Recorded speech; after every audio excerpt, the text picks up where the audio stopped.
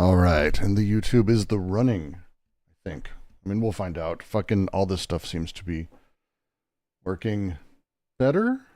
Better? Is better the right word? I'm hoping better is the right word, because this has been a long set. For those of you who've been following my audio issues, I think I've got those mostly fixed as well. So I'll be complaining about it later tonight. I am going to be doing a elephant stream. We're going to be going over a lot more that we've learned on the case and start building out the final bits of our work on the preacher who happily puts homeless people as a shield in order to not have to install very basic code standards to not have people burn alive. So that'll be a fun discussion, as it sounds. But today we continue Anti-Oedipus. And by continue, I mean stagnate within a single within a single paragraph, really. We're going to read two paragraphs, but we're really reading just one very long paragraph and going over it in excruciating detail. So, I'll set that up in a second. Also, if anyone has an understanding of a decent bot for Discord that does events without being shit in every single way, they all seem to be shit, but who knows? We'll figure it out. For the time being, however, we'll get a couple of things going. That'll be decent. One sec.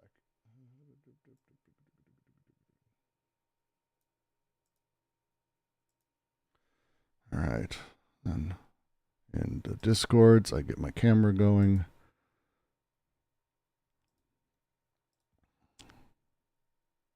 Come on. Oh, there we go. There, now people in Discord can see my lovely angry face when we go through this. All right. Anti-Oedipus as a whole has been leading to what are really the next couple sections, the final bits of the book. The focus of Anti-Oedipus has been from the ground up to sort of redefine a psychoanalytic process that works more with how they have outlined an ontology of eschewing the machinic, eschewing the organic, and instead understanding the very unique way that things become and the positive force with which desire produces everything. We're finally at this point where these things are coming together. The next section is really about inverting, critiquing, and finally flipping psychoanalysis on its head. It's a real introduction of schizoanalysis, begins there. We're starting to see the beginning of them laying the groundwork for this. And it's a lot. And it is flatly a lot. If those of you who may not remember, this last week we read here, we got through this paragraph. Then there's the bottom, this tiny little bit. Then this entire fucking page. And then this part up here. And there is just an extraordinarily large amount of things said in that paragraph. It's also, in my mind, deeply poetic in terms of I find it inspirational. I find the wording very, very good and interesting. But on top of that, it's just beyond dense, because this entire section we've been reading has been sort of revisiting and taking us through their breaking of the mind versus body, the inorganic versus organic, the mechanistic versus the organic, or the vitalistic. Like all of these things, they're trying to get rid of all of these dichotomies. And one of the biggest ones, and it's this last paragraph, and we'll reread it in a second, then we'll make our way through it, and then we'll move to the final bit. They're related. It's impossible to break them apart.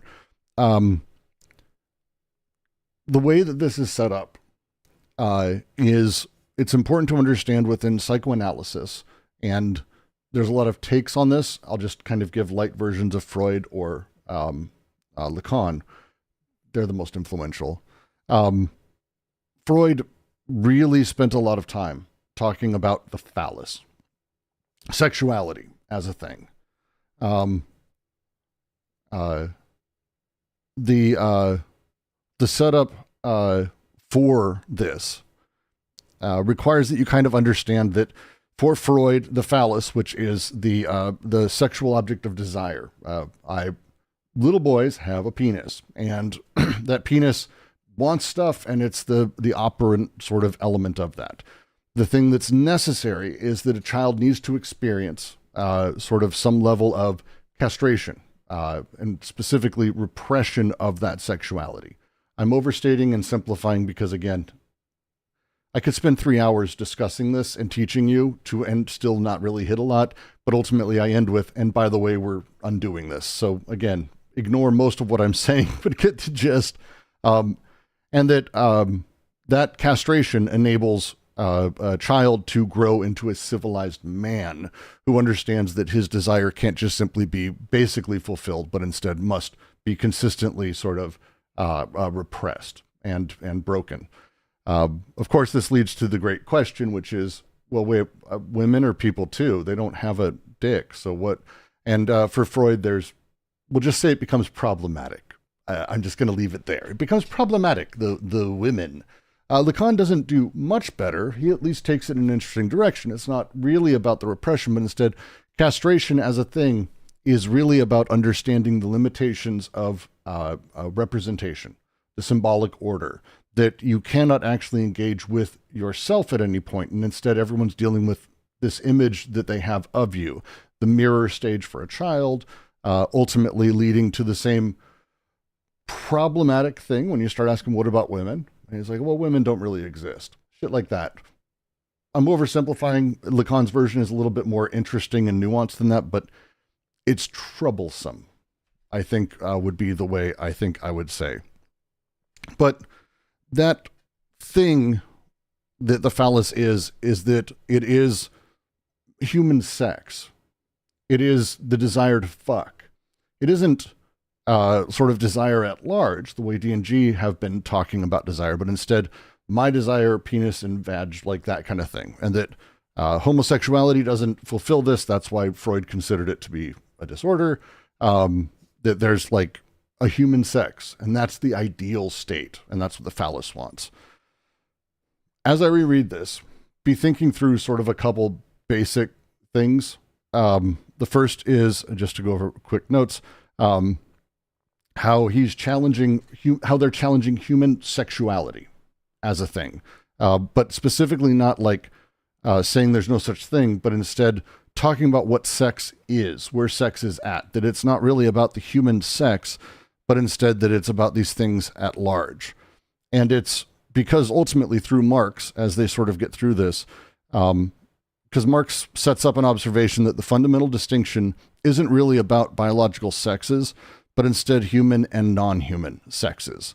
And this whole thing, as we talk about that, moving out when we talk about the mechanistic and productive forces of the world, the connective that produces connection, disconnection, production as a thing, suddenly you start to see desiring machines, molecular elements of sexuality that are everywhere.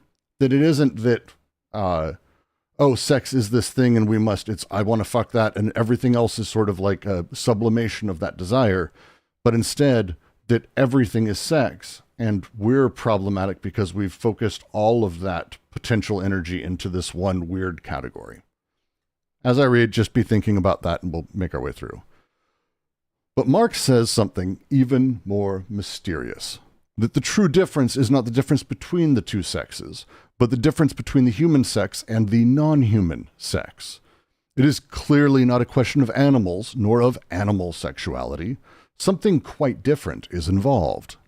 If sexuality is the unconscious investment of the large molar aggregates, it is because on its other side, sexuality is identical with the interplay of the molecular elements that constitute these aggregates under determinate conditions. The dwarfism of desire as a correlate to its gigantism. Sexuality and the desiring machines are one and the same inasmuch as these machines are present and operating in the social machines, in their field, their formation, their functioning. Desiring machines are the non-human sex, the molecular machinic elements, their arrangements and their syntheses, without which there would be neither a human sex specifically determined in the large aggregates, nor a human sexuality capable of investing these aggregates. In a few sentences, Marx, who is nonetheless so miserly and reticent where sexuality is concerned, exploded something that will hold Freud and all of psychoanalysis forever captive: the anthropomorphic representation of sex. It was the Economic Documents wig. We found it last week and read through it. If you were talking to me. Yes. The true difference, just to restate, the true difference is not the difference between the two sexes, but the difference between human sex and non-human sex.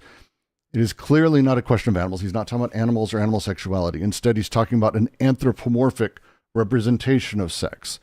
The anthropomorphic representation of sex is desiring machines, the smallest little bits, aroused, connecting, attracted, or repulsed. This setup, the way that they talked just a moment ago, that there's no such thing as like a person having sex with a person. Instead, it's you have sex with a world, the entirety, the complexity that is that. However much you may minimize it in one way or another, the complexity of it is not just one-to-one, but instead many-to-many, multiplicity to multiplicity. That reality, instead of just being purely phallic, vagina, come, I'm done, gooning bullshit, it's actually much more complex. There's a huge multitude of things involved in every single moment, in every connection of it. It's the necessity of sort of how sex comes about. This, to them, sort of gives visibility to the reality of the fact that our existence at the base level is this, that it is the dwarfism of desire as the correlate. It's desiring machines connecting, fucking themselves, all the desiring machines. And that's the bureaucrat running his fingers through the paper, you watching me running my fingers on the mouse. All of these things are sex in some capacity, in total capacity. This is the non-human sex. It is the drive, the push, the attraction to these things happening. This is the important line to sort of get to, because this critique of psychoanalysis hits really, really particular. It's not that there is a phallus that is representing one sex, man. It's man's just drive and woman's drive is over here. Men are from Mars, women are from Venus, or whatever the fuck we want to say. But instead, sexuality as a whole, which encompasses hetero, homo, everything all together. It's these things become the large aggregates they're referring to here, these aggregates under determinate conditions.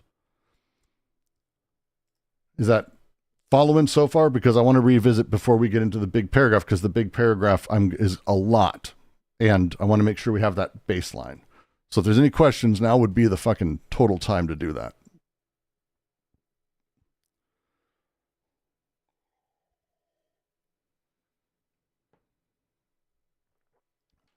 All right. Then I think the best bet is to read.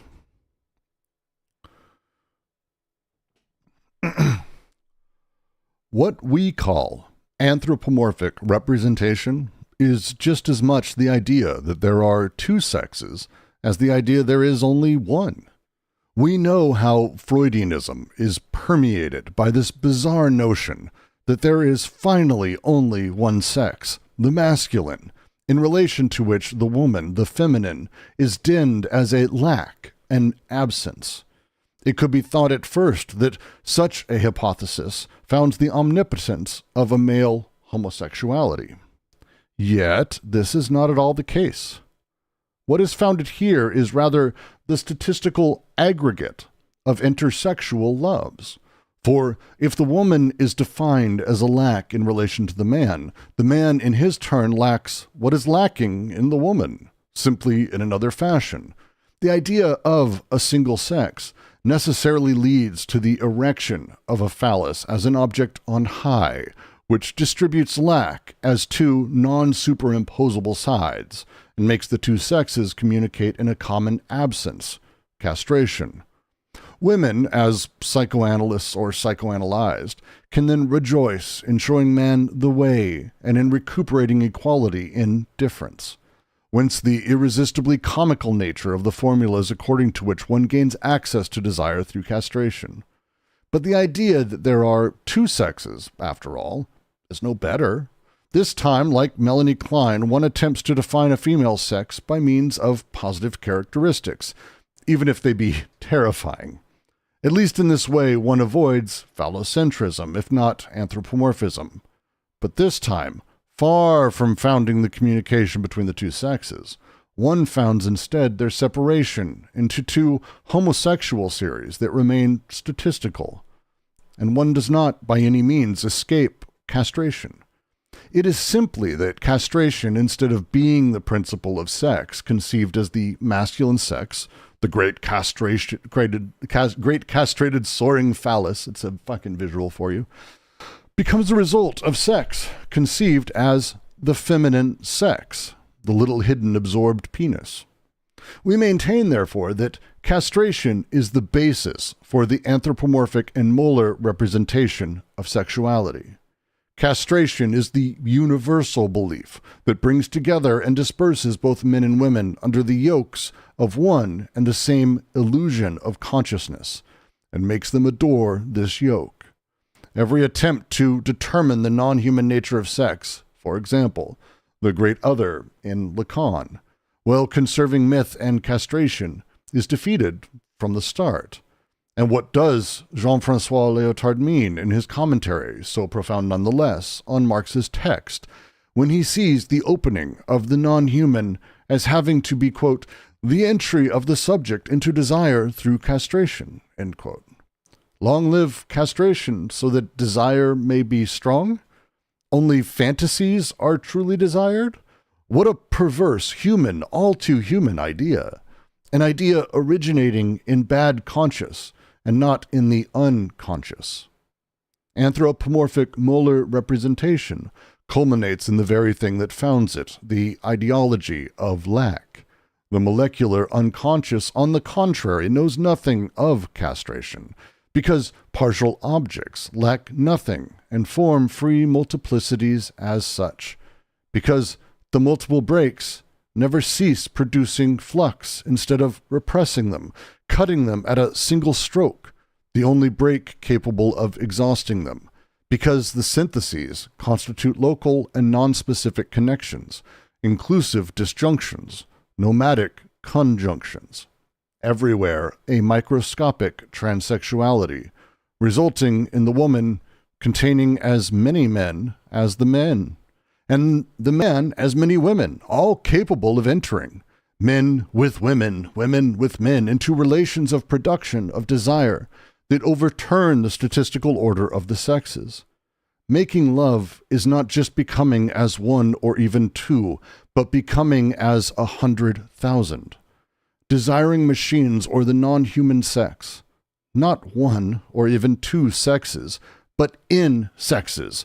Schizoanalysis is the variable analysis of the in-sexes in a subject beyond the anthropomorphic representation that society imposes on the subject, and with which it represents its own sexuality.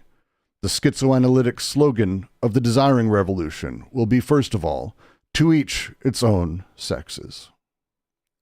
Told you it's a lot. Told you it's a lot. Where do we begin? Where do we begin? From the beginning. What we call anthropomorphic representation is just as much the idea there are two sexes as the idea there is only one. First, they want to be very clear up front here that they are not simply taking issue only with Freud. Melanie Klein tried to correct a thing. I'll talk about that in a second. They are not simply saying Freud's idea there's only one sex, or Lacan's idea there is only one sex, is just as silly as saying there are two sexes. It's not great or noble to go, oh, actually, there's only one. Well, actually, there are two. It's like, really? There's 3, there's 12, there's 42. And you actually get not far from the the memes that you see the right use, where it's like, well, how many sexes are? It's like, well, actually, there's infinite, because that's kind of the point they're getting at. That this is the anthropomorphic representation of sex, anthropomorphic, in the shape of man. This is in the shape of large aggregates of man as we've defined them. This setup and this thing conditions how we see the number of sexes. This is why you get to the point where it's like, oh, there's two sexes because there's penis and vagina. Well, yeah, but is being a man just dick? Like, is that the thing? No, not really. Is being a woman just vagina? No. Is being a woman, what does that mean? Well, it's not as simple, Matt Walsh. It's actually very, very complicated. It's actually weirdly complicated because none of these things are like based in some noble truth that is the final arbiter. We're beyond the idea of such a thing. Instead, the idea that there are two sexes is just as silly as one. Then they go into their psychoanalytic critique. We know how Freudianism is permeated by this bizarre notion that there is finally only one sex, the masculine. It's boys define everything, women have a lack, and then they're defined by that lack. They're produced by it. They exist as an absence. It's certainly wouldn't lead to any problematic issues with women at all.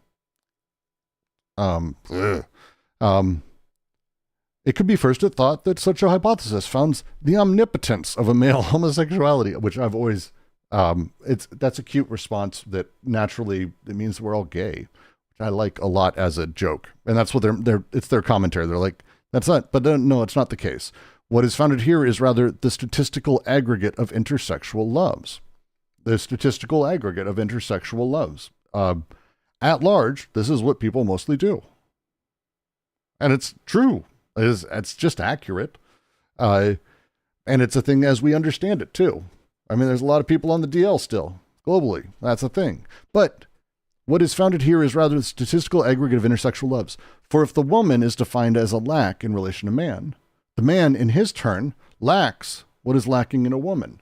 This becomes that infinite regression thing. Women do not have a penis, so they're defined by their lack, Lacan, right? Well, then men lack lacking, so they're defined by their lacking of lacking, which is fucking stupid. Which is, it becomes really stupid. This then leads, the idea of a single sex necessarily leads to the erection of a phallus as an object on high, distributing lack as two non-superimposable sides and makes two sexes communicate in a common absence.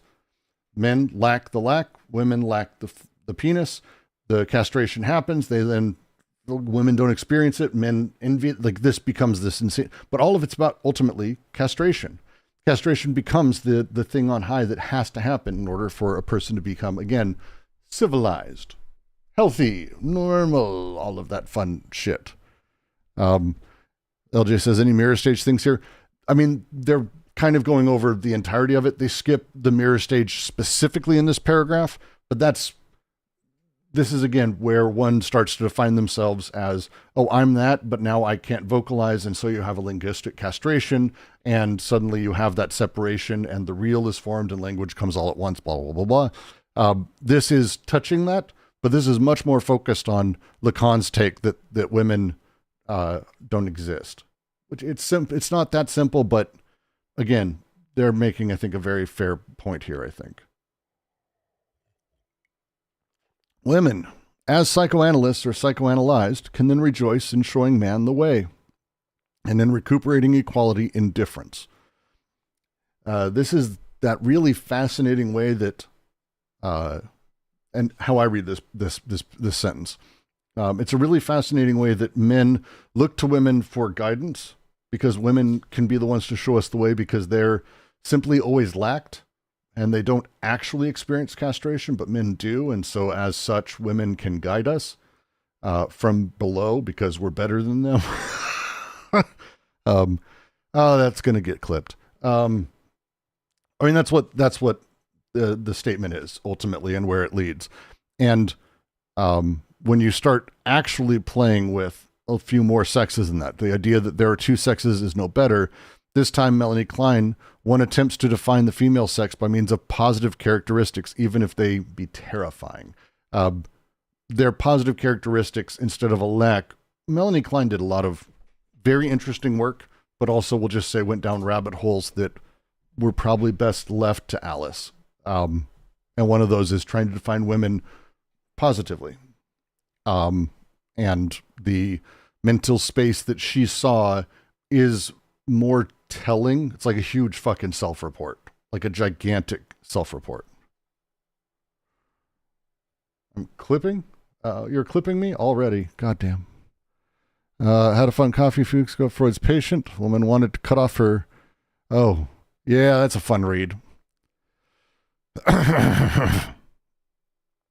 Melanie Klein has extensive writing. There is no shortage. It's mostly case notes. So if you think Freud's dry, be ready. Be ready.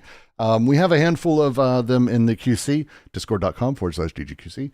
And I'll pull some off. I'll upload some after the reading's done. I have a bunch of her stuff, or I have collections of it.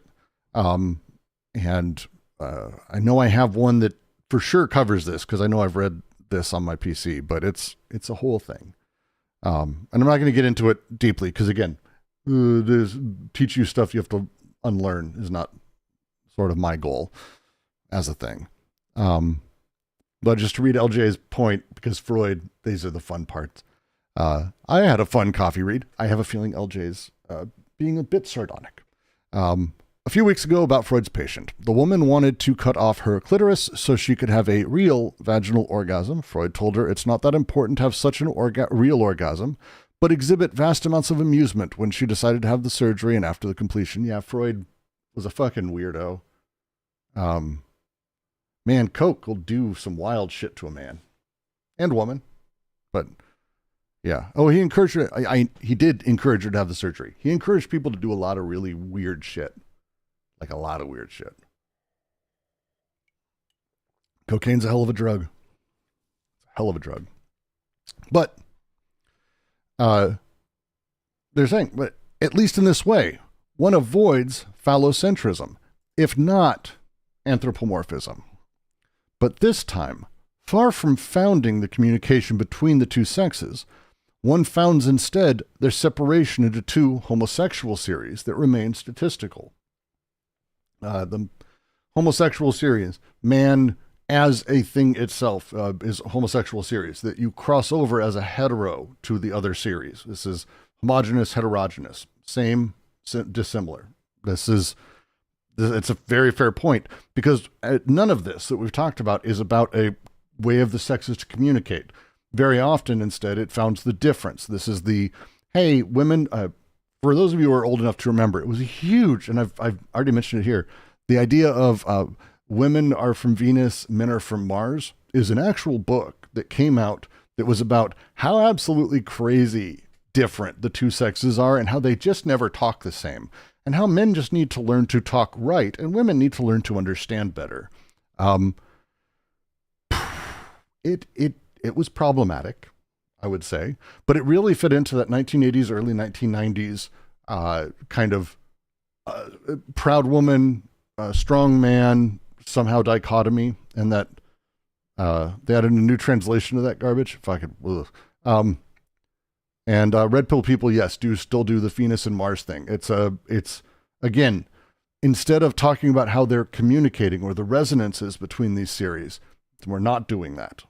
We're not talking about the resonances between the series. We're talking instead about the separation, what breaks them apart, the gulf between them. And as such, that's why they use the phrase, one founds their separation into two homosexual series that remain statistical. Men should be around men, that the joining of a woman is a unique event. It is basically driving, this is how they, I have a very difficult time disagreeing with this. But still, their point. But one does not by any means escape castration. It's simply that castration, instead of being the principle of sex, conceived as the masculine sex, this is the castrated soaring phallus, becomes the result of sex conceived as the feminine sex, the little hidden absorbed penis. Even if you go down this road, it's not about there being one sex. Oh, look, we're beyond that. There's two. And it's like, no, but look, now you're seeing sex as like one side has this castration they've got to figure out and blah, blah, blah, and then the other side has their own little absorbed penis that they've taken in. Whole thing. This is all their critique, though. The next line. We maintain, therefore, that castration is the basis for the anthropomorphic and molar representation of sexuality. This is actually a rather gigantic statement, especially at the time.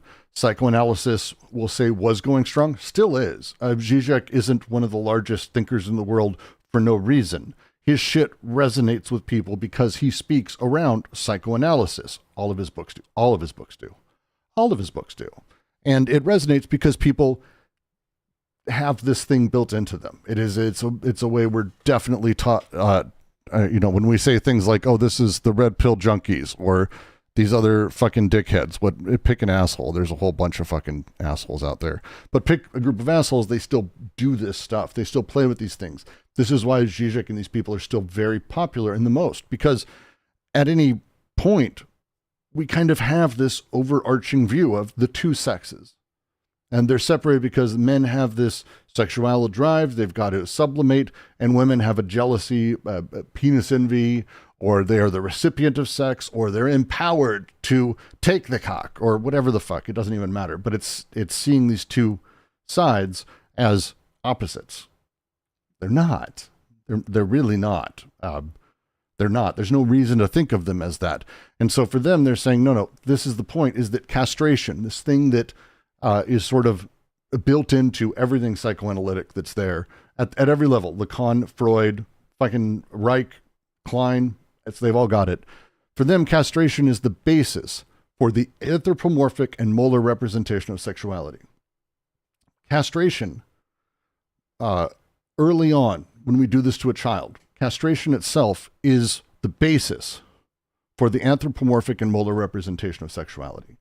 This is what makes us see sex as only man-woman or man-man or woman-man fucking. That's the deal. We teach this. We make castration the thing, and we set it up as the thing.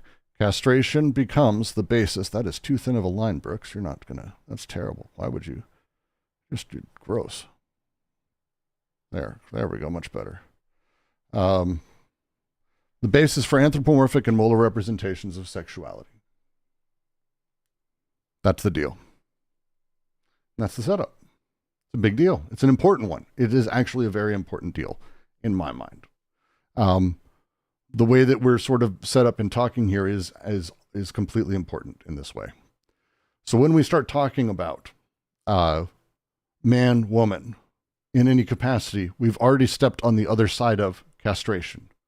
Instead of talking about, one, the human, we could do that, or we can do one more step, which is what they're advocating here and what they will move to in the next section, which we might actually begin today, because I'm actually moving along at a nice clip here. How does being younger have to do with pathologize? How does she being, sorry. Oh, you're talking amongst yourself. Sorry. Sure, it's not because his mother threatened to cut his dick off because he would not stop masturbating when he was 3. I have a feeling stuff that happened to Freud in his early years probably affected him. Also, piles and piles of cocaine. And Klein is 20 years younger than Freud, but she didn't, we'll just say the stuff that she moved forward, having read a good number of her works.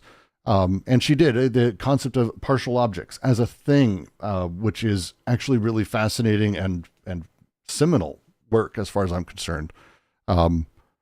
She fucking wild. She was fucking wild. I mean, Reich had a lot of other shit too that was wild. So it's, again, read everyone, take what you can get from it. As I say though, castration is the universal belief that brings together and disperses men and women under the yoke of one and the same illusion of consciousness and makes them adore this yoke. That's the push they've got going on here, and that we're talking about. Castration is the universal belief that brings together and disperses men and women under the yoke of one and the same illusion of consciousness and makes them adore this yoke. Castration is this thing. It is the separation from the sex that is building us, that is everything that we then funnel into these very tiny spaces. Our subjectivity as we know it today is deeply founded in this moment, is one of basically what they're saying. As they move forward, and we'll come back to this because it's kind of an important line, but every attempt to determine the non-human nature of sex, for example, the great other in Lacan, while conserving myth and castration, is defeated from the start. This is why it kind of is the first thing that matters. This universal belief of castration, the cutting off of the penis, the separation of one from direct, immediate desire production.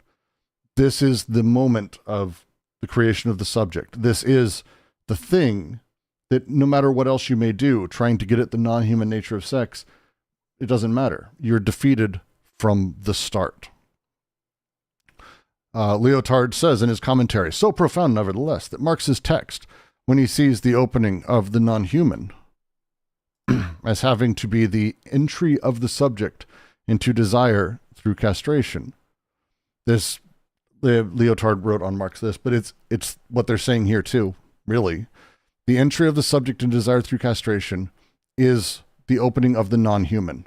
This is where this happens. This is the connective thing. This is their push. Long live castration, so desire may be strong, is kind of what he's saying. That's a tough one. Only fantasies truly are desired, was Lacan. What a perverse, human, all too human idea. So here we are on the other side of being a subject, of being a castrated subject. And everything we see that we take value in, everything we see that we fantasize over, desire, we immediately presume. It is extremely cerebral, Wig. This is, we're already there. That's the challenge. We exist on the other side of that subjectivity, on the other side of that castration that we value, that we put on the mountaintop up high. This thing that's happening, that is there, gives us all too human ideas and puts us in this position of making other human ideas. As things become and are repeated by that which condition their existence. And that conditioning creates the other subtext that we're able to sort of work through and play through at a base level.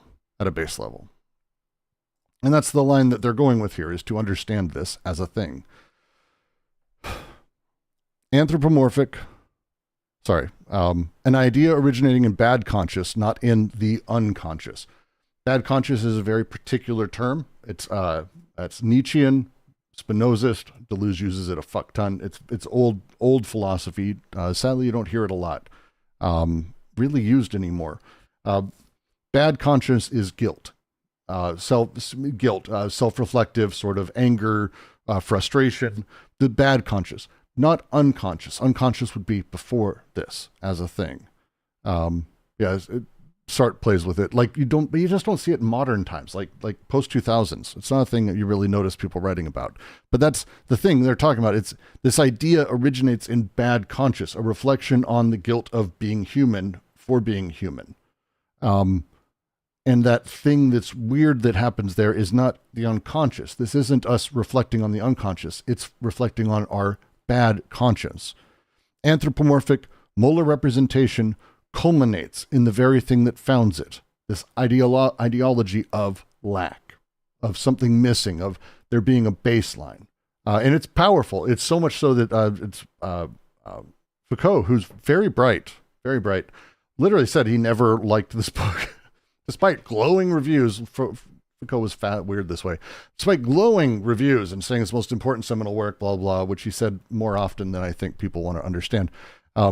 He also said that he hated the book forever because he could never get past the idea of lack. Lack to Foucault is the baseline. Lack to most people, especially in these circles, is kind of the baseline. You start from a negative.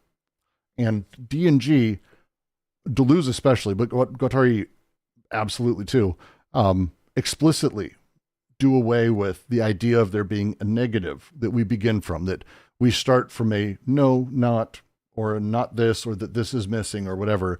Instead, it's purely generative. And that there isn't anything missing. It's a generative process that falls back on itself and creates sort of fucked up interplay, but there's nothing missing. There's no lack. There's nothing missing there. That's the line they've got. The molar unconscious, on the contrary, knows nothing of castration because partial objects lack nothing and form free multiplicities as such. They connect, they build, they're doing things. There's no concept of lack at the molecular, which means there isn't really a castration at the molecular. That's not really a thing that works. And again, this is core Klein. This is core fucking psychoanalysis. It's like psychoanalysis. How can you have partial objects with a lack? They're partial objects. They're not defined by the lack. They're defined by what they are. They're partial. They're parts of things that exist sort of before they're larger. From the position we're at, we see, oh, they're lacking this other thing. But that's after the fact, the afterward, which we mistake for being generative. It's weird interplay that happens when we start considering this. Because multiple breaks never cease producing flux instead of repressing them, cutting them at a single stroke. Multiple breaks, I mean, this is just meant literally in the way desiring production works. Breaks never cease in producing. They're always producing. A shattering or a breakdown, as they say, is still producing. We think of an engine that is misfiring as being broken, but it produced an extremely loud noise or a guff of smoke. Like, it still produces. We don't like what it produces, or we have a negative version of it. But even when it stops running, it's producing. Things are always producing. We see the lack because of our position in it. We start from lack, we see lack. That's how it runs. The only break capable of exhausting them, because the syntheses, the three syntheses, connective, disjunctive, conjunctive, the three syntheses constitute local and non-specific connections. They're local and non-specific. A desire machine connects, doesn't care what it's connecting to. They're connecting all the time. It's always happening all the time. Everything's always connecting. Non-specific, it's not that it's connecting with a cup. My hand's connecting with a cup, my lips with the cup. No. Aggregate, that's aggregate. But there's a million, billion, trillion connections that are happening all the time. They're local. Each connection is local. Non-specific, has no idea what it's doing, doesn't give a shit. The disjunctions are inclusive, which symbolic logic, please. And then there are nomadic conjunctions. Everywhere there is a microscopic transsexuality. This is not the word that we understand it as in this common parlance today, where we say someone is transsexual when they are, born male, display female, display whatever. This is not the point. They're saying transsexuality in the trans, existing beyond. They mean this in the very sort of Latin phrasing of it, the very direct. And so as such, the woman containing as many men as the man, and the man as many women. When they say transsexuality, they mean this. None of us are not trans.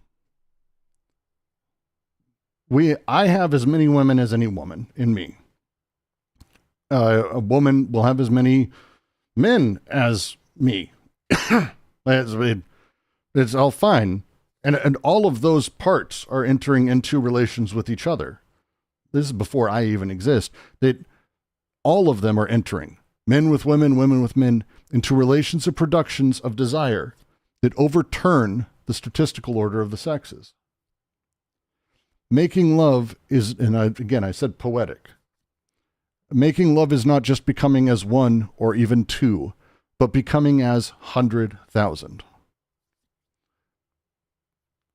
That's poetry. I don't give a fuck. That's poetry. I fucking love that line. I've always loved that when they talk about sex. He and guattari, otherwise, you're enjoining universes. You don't make love to a person, you make love to a world. that thing they're saying there is entirely accurate. We're all a world, and the complexities and wildness and all the shit, there isn't just we don't become one. That's like a Hegelian view of sex. That's, again, and it diminishes it. We have this romantic idea. Oh, look, she and I were together. We became as one. It's like, really? That's really fucking weird, because when I'm in it, it's a lot of shit going on, and there's like a billion things happening. That line, to me, is far more powerful than becoming as one or two, but becoming 100,000. Desiring machines, or the non-human sex. This is what desiring machines are. They're the non-human sexuality.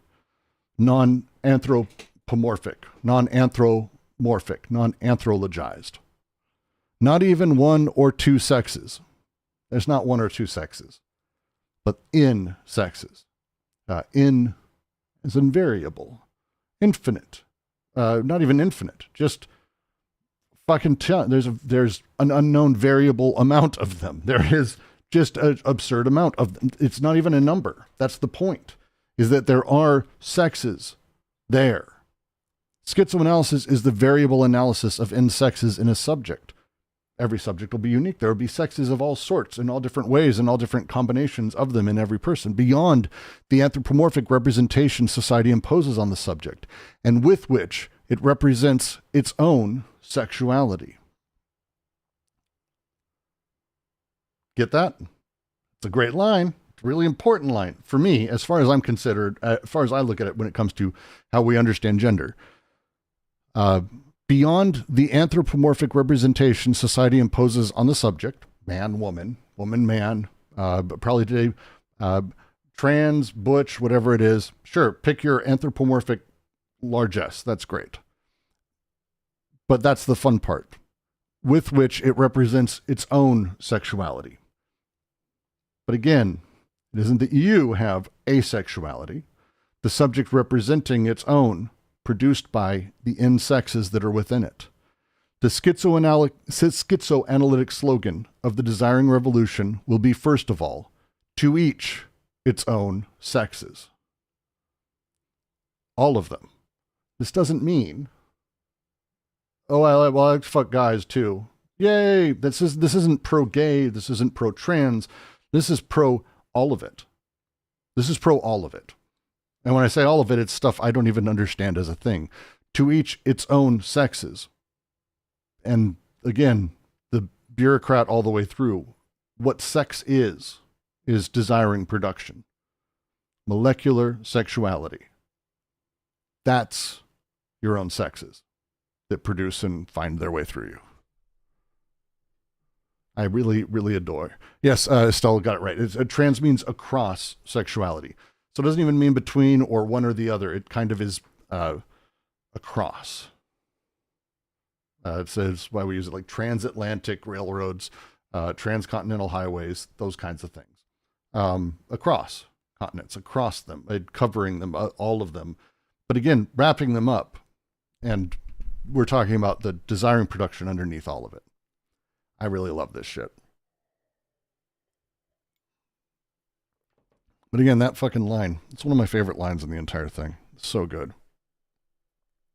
Making love is not just becoming as one, two, or even because having 100,000. It's like one of my favorite fucking lines. Yeah, beyond, it can mean a lot of things. But again, the point is getting beyond this idea of what the molar represents or how it works. Because the molar is, you might say, the end of it. And the molar doesn't have force in it in the same way. It's, again, end points and intellectualized. The forces are desire and desiring production. It's your non-human sex and the connections and productions of all of that. These are the setups. I find it really great. Questions or comments on this specific section? Because if everyone is generally good, we're going to get into the next bit because it feels like it's okay to go forward in it if you're generally good with that.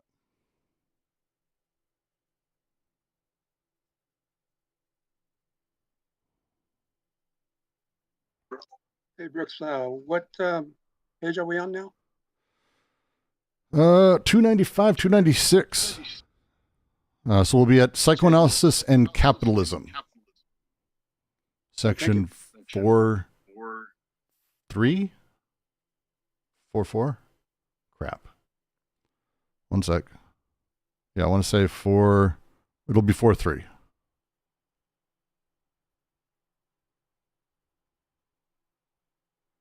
Yeah.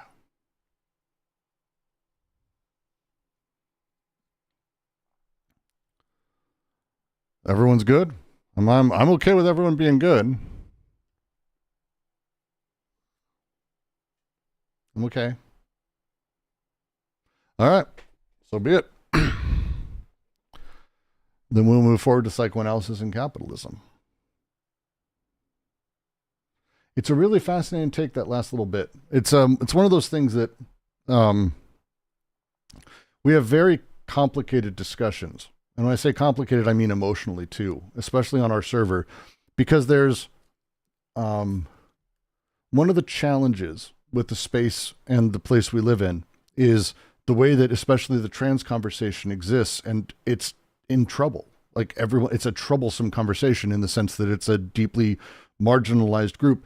But there's also the reality that, as I believe it, again, I would almost say the bravest, the first, the astronauts, the cosmonauts of that, who are the ones who are taking on. The reality is everyone else is learning to explore what all of these things mean. And as the social codes of man, woman break down, as we start understanding the social construct of all of these things, it puts us in a position where the actual understanding of sexuality begins to shift. And so when we talk about issues in this space, there is a absolute reality of some people being affected more than others, but it is a universal thing. When I was growing up, 80s and 90s, homosexuality was an epithet, flatly. Kids were not talked about positively in that way. A child would show that they had any sort of gay tendencies or mannerisms, and it would be like the end of the world for parents, for family, for friends. It was a completely different fucking place. Yes, LJ, this is my grandpa moment. Thank you. But it's an important distinction because it's in 44 years. We've come what I would say is a long way. Now, the conversation around homosexuality, completely different than it was. Sexuality in general. In fact, you have people, ultra-conservatives aside, general acceptances and understanding that, like, sex is actually a lot more complicated. Just that thing alone, just saying like that, sex is complicated. That's not a thing that used to be true. Sex was not complicated. It was, but it was not how it was discussed. It was not considered as such. Everyone was deviant if you went even slightly off the line, or like not missionary, basically, which is very weird. That shift and that change has opened up everybody to understanding their own sexuality in a different way, the way that they behave towards each other, the way that we treat each other, the way that we consider ourselves has opened up space in a significant way. The trans thing is just that same thing. It's a universal reality of there is no such thing as a man and a woman. That's not a thing. Even if, we may have archetypes of them and some people spend their whole lives trying to fit them. That isn't actually a thing. Humans are incredibly complex creatures filled with men and women, men having just as many women inside of them as women have men inside of them. And they exist as sort of the aggregate end point of all of that. That's kind of their point here. And so the universal message, the universalist message, to me, the leftist message that matters in here is the reality of that complexity and allowing all of the different manifestations of that to exist however they do. The challenge to it, and this is why it's so painful for conservatives, is we're challenging the space of representation and codes, and very specific codes. And codes that really are deeply uncomfortable for people who live in that space. The good news is that time passes, and with time, no one can buy time. So eventually it comes for us all, and that allows things to change. It's a slow process, but it does allow things to change, generally in the long run for the better, hopefully. But that thing, it opens up and it allows us to be then emergent. And again, the reality of a lot of people's existence is that they're more complicated than they want to let on. It's everyone. And that's, I think, the reason a lot of these conversations, especially now, become so important. Because as younger people are growing, and they are complicated, and life is complicated, how they deal with things socially simplifies it necessarily. But as we start seeing more people growing, and we have newer people showing up, I say this as a parent, and as we have even more, the way that this exerts itself into the world, the way that this shows up, is going to continue to allow more complexity. It just is. No matter what may happen, shit's not going to get simpler for anybody. And so that reality is going to become significant. It's one of the really interesting things about our time. I am saying this because, hey, here's another grandparent. God damn it. There's a lot of old people in our server, I know, and also in my stream. It's the nature of the beast. We're not on Twitch, and I'm not playing Minecraft or Roblox or making fart noises often. I'm saying this because the codes and desire-leading machines are highly controlled by grandparents' generation, highly homogenized groups such as each Asian family culture. The West also has, just so you know, not just East Asian. Everywhere is kind of old people running things and holding on to it for dear life. Like, it's one of the reasons I think Biden and Pelosi only fight so hard, like Schumer only fights so hard against Trump and his ilk, because it's them still in charge. Like, they really don't want younger people in charge. They really don't want younger people to do anything politically. They really don't. And they'll fucking, as we saw from multiple people in the last 4 years, and we'll see from multiple people in the next 4, they'll happily wheel out a fucking completely senile, empty husk of a person as long as they're the right age, over having newer blood. That's the way it works.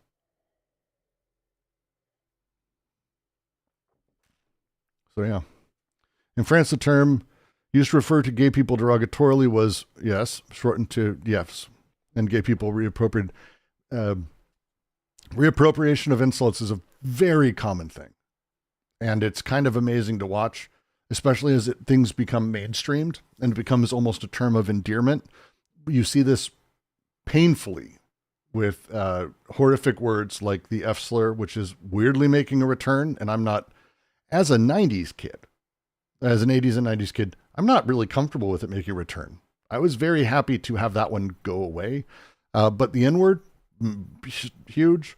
But even like nerd and geek, like isn't even like a fucking insult anymore. It's been really weirdly capitalistically appropriated all the way, like the very simple ones all the way down. I'm waiting for like extreme versions of the rest to start coming back too. We live in a really weird time.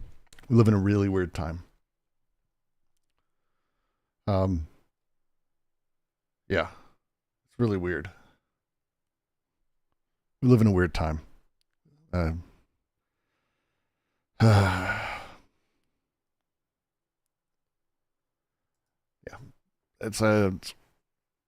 yeah. But let's continue. Shall we continue?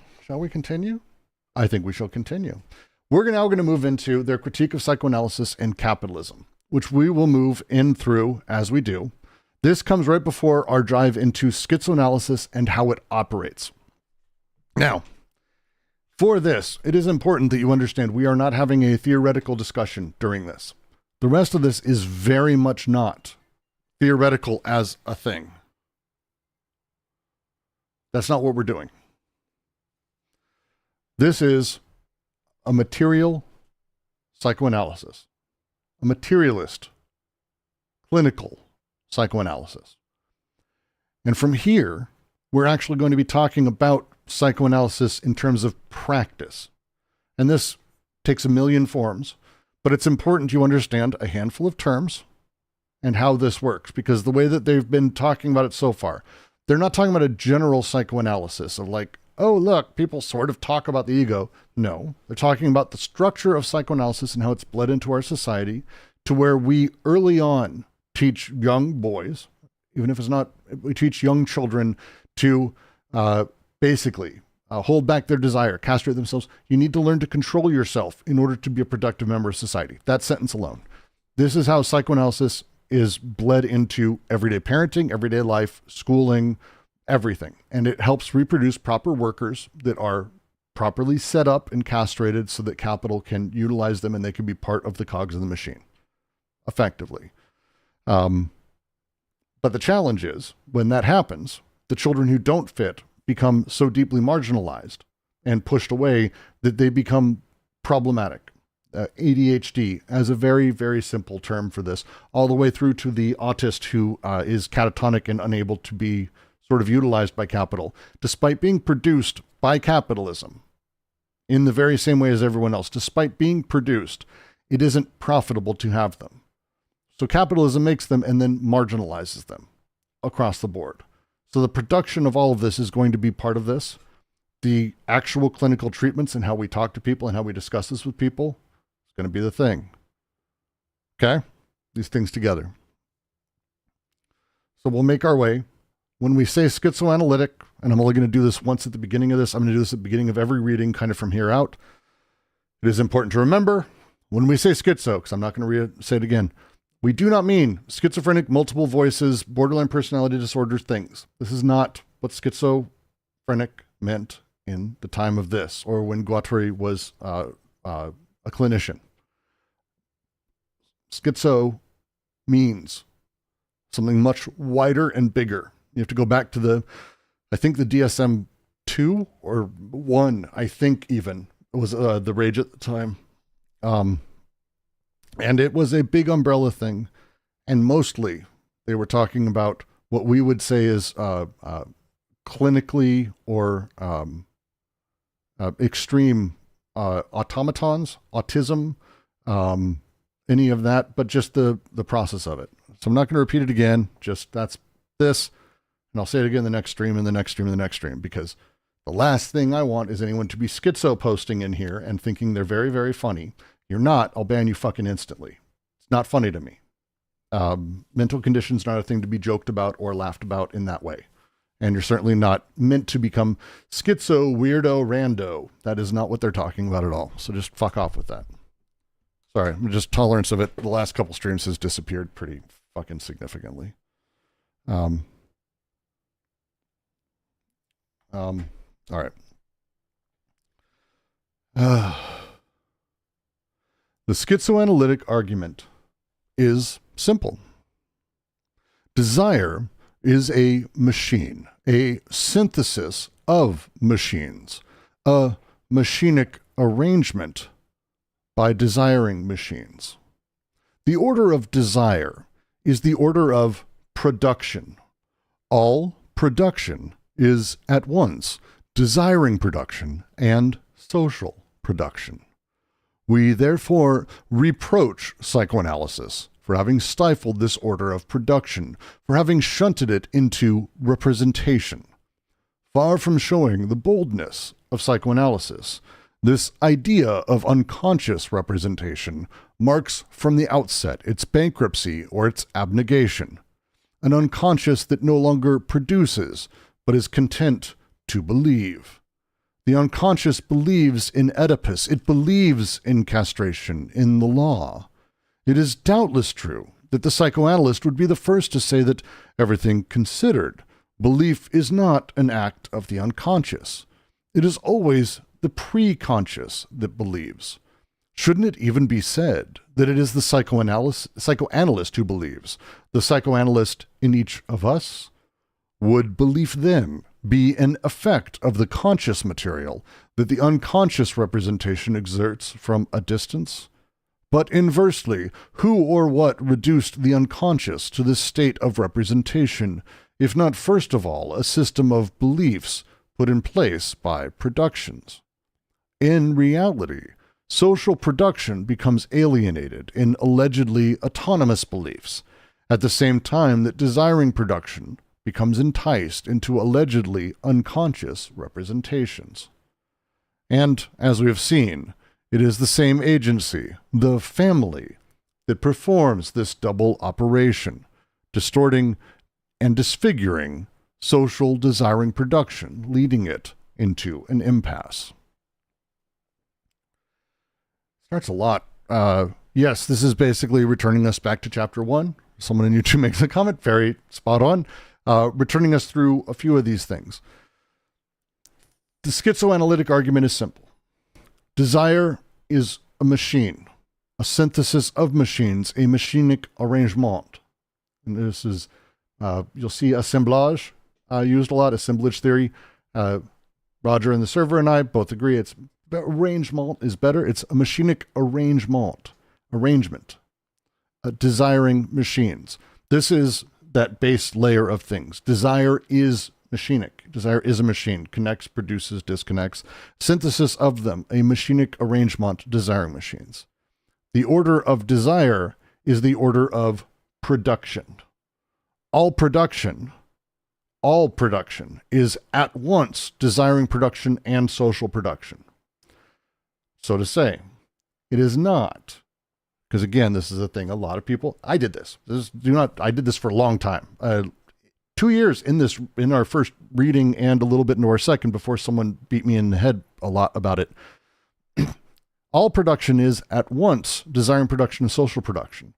It is not that desiring production happens and then the subject exists and then there's social production after that. No. That presumes that there is no social production until after a subject exists, but we all are born into it. So where could desire production exist without social production? At once. At once. Social and desiring production are at once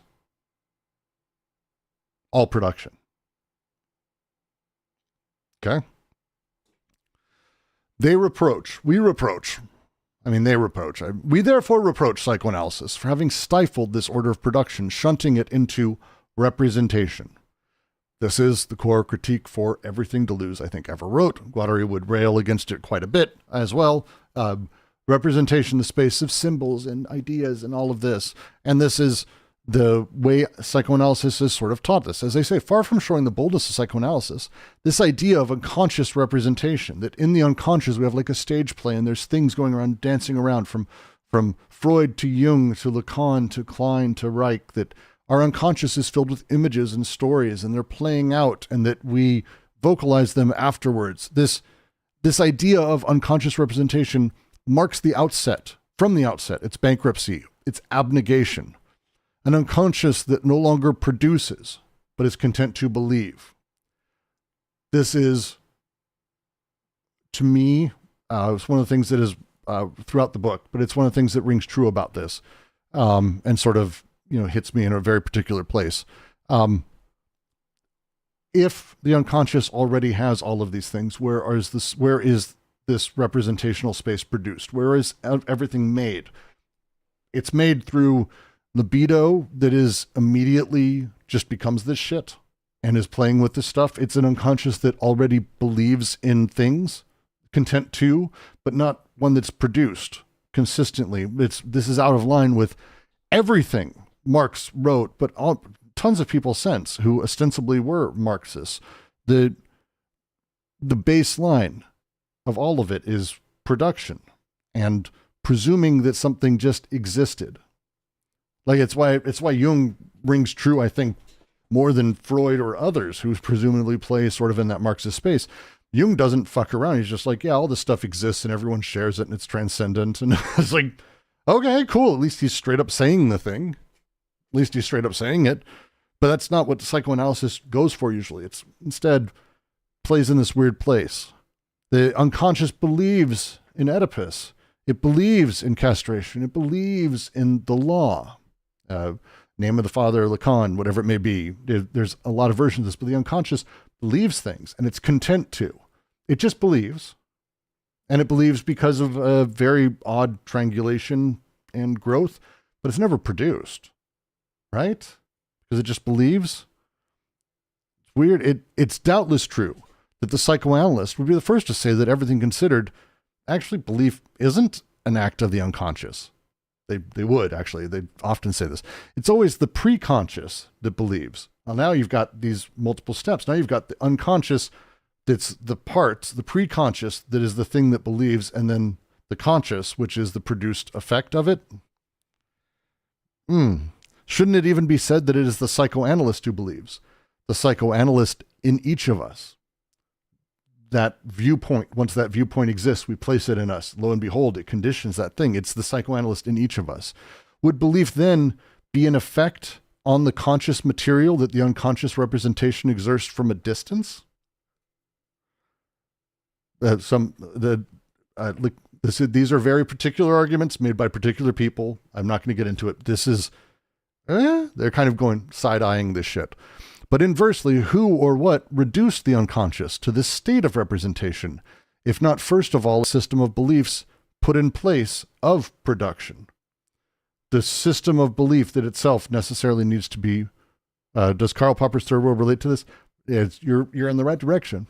Like this is, they're breaking all this down going, you're making a lot of assumptions. Like what made the unconscious a state of representation, if not a system of beliefs that were put in place of the production of those beliefs itself, which then becomes it quickly becomes nonsense as you consider it. No. In reality, social production, and remember, this is why they started it by saying, production is at once desiring and social. There isn't a thing where social production happens and then falls back and then the unconscious has beliefs. No, it's not that this happens and this, no. At once. Social production becomes alienated in allegedly autonomous beliefs.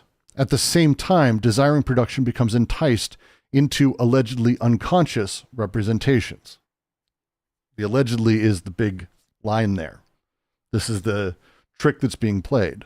And as we have seen, it's the same agency, the family, that performs this double operation, distorting, disfiguring social desiring production, leading it to this impasse. And so that's the line that sort of matters, I think, the most, if I had to say, is this bit right here. In reality, social production becomes alienated in allegedly autonomous beliefs at the same time that desiring production becomes enticed into allegedly unconscious representations. So there's a lot of weird shit happening here that's kind of, I think, fun to go through. When we talk about the solar anus, and everyone makes laughy joke, they have a line there, they're like, it's still produced. He was able to, Schreber, the dude who had sun coming out of his butthole, was able to actually describe not only what it did, but how it was made and what effects it had. He was able to understand its place inside of the he was able to explain and understand all of it. Yes, Wig, thank you for putting that up. This unconscious representation as it's seen, allegedly, but it's alleged. There's this weird thing that's happening where these things are produced.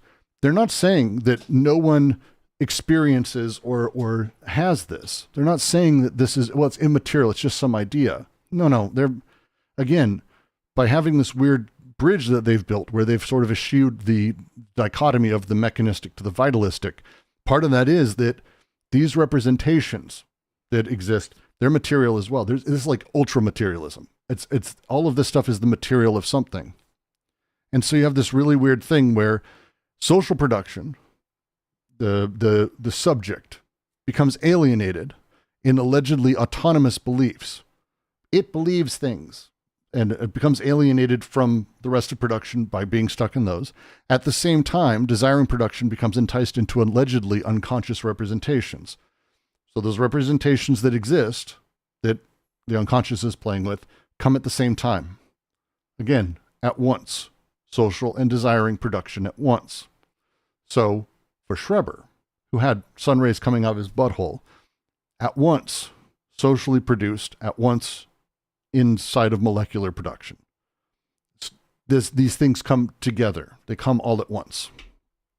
And all of it is the family. That's the big deal here. All of it is the family. that does this, performing this double operation, distorting and disfiguring all of it. Thus, the link between representation belief, as we will go. Is everyone following? Generally speaking, no? Minorly, sort of?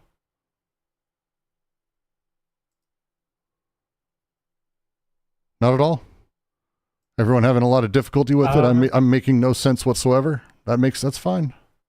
Estelle, hello. I have. Oh, hello.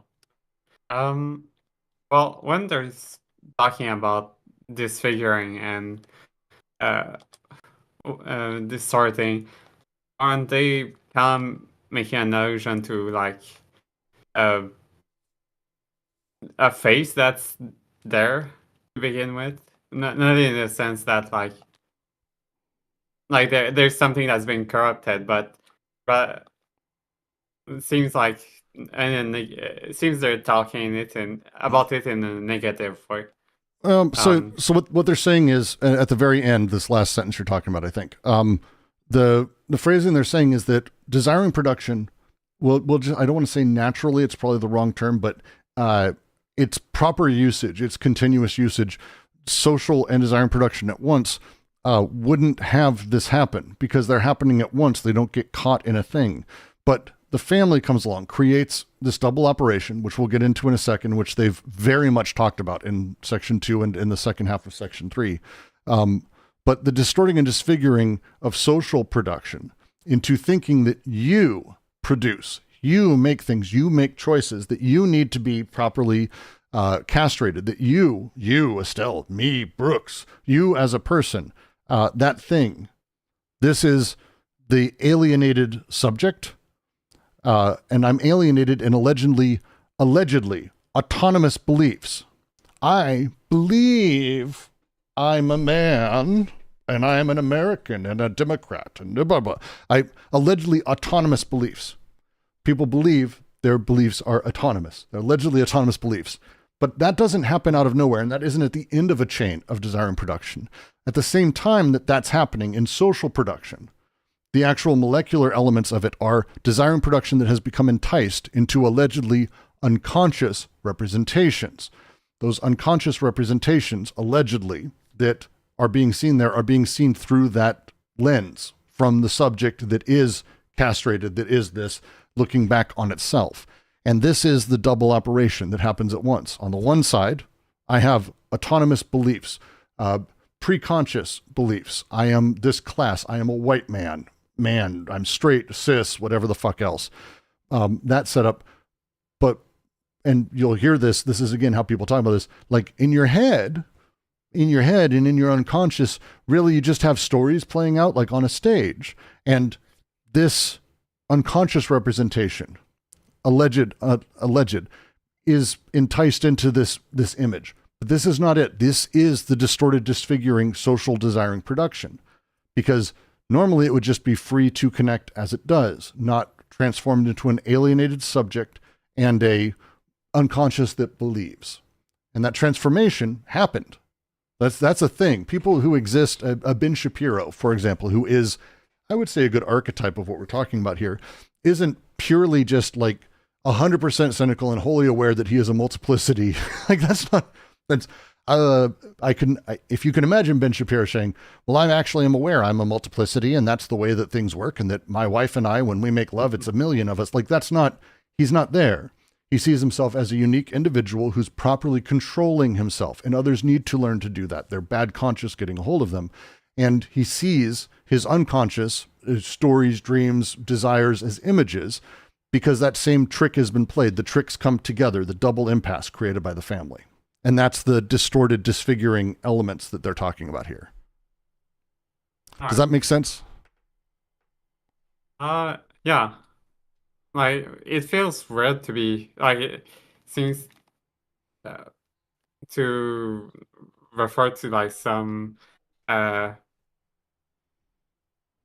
ideal state when we're talking about, otherwise there would be, it wouldn't be acting like that. But, well, maybe, I don't know. Well, again, so the core ontology they set up, and I'm not sure it's an ideal state. Ideal is, people could use that for this. I'm trying not to. I hope I didn't say it. Yeah. You could play in that direction, say, oh, this ideal state. But again, that presumes an end state, and desiring production doesn't really allow for that, because then you have a goal and you have a specific endpoint, which is in representation as a singular point. And when that traps via imagery, desiring production, like that's the issue, is that the very thing itself of an ideal state creates the problem that needs the ideal state that you're claiming to want to solve for. And that's kind of their critique they have here, that they've laid out of psychoanalysis as well, that there's this sort of presumption of the law, or that there's a belief in it, and this setup sort of conditions the reality of the thing to understand itself, if that makes sense.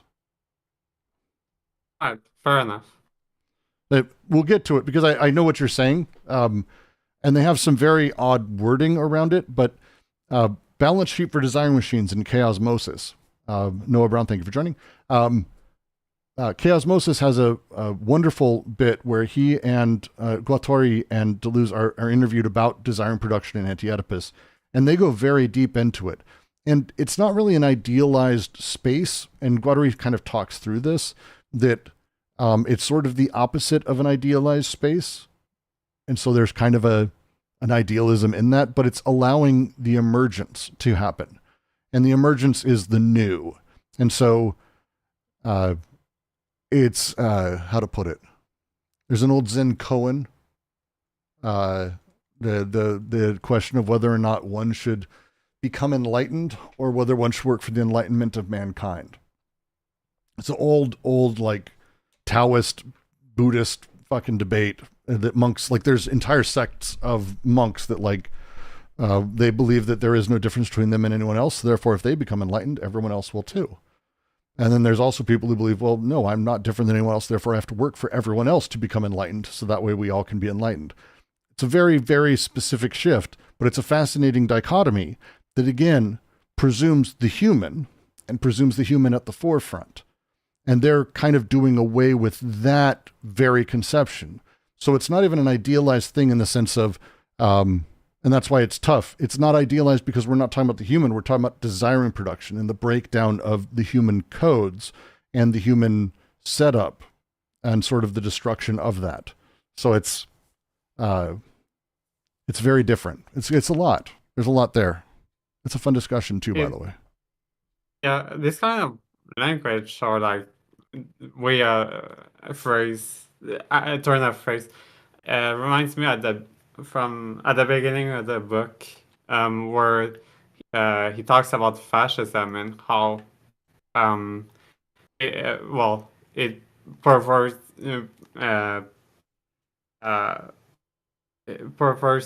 says the desire of the masses. Mm-hmm. It reminds me of that. Yeah, it's and we'll be getting into, I think, the important bits are a bit ahead. This is their absolute takedown of psychoanalysis. That's what this section is. Like, this is critique, hardline, very particular hitting. We're going to be hitting a lot of stuff that's very specific. When we get to the next couple sections, it is the constructive and destructive tasks of schizoanalysis. And it's much more of, here's actually a process or two that you can use and can be used in an analyst or analyst-and setting or in a counseling style setting, or that can be used to start breaking these things apart.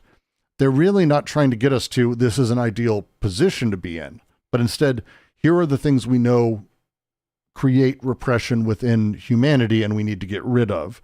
And then they kind of go into the rest of that actually is honestly 1,000 plateaus, where it's about how we become properly a body without organs, how we make our way into a very different space. It's not really the point of this book. This is really about the psychoanalysis, the therapy, and the some version of help part of things, if that makes sense. All right.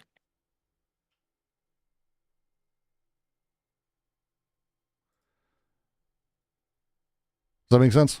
Yeah? Yeah? Satisfying? No? Estelle? It does. Okay. I try.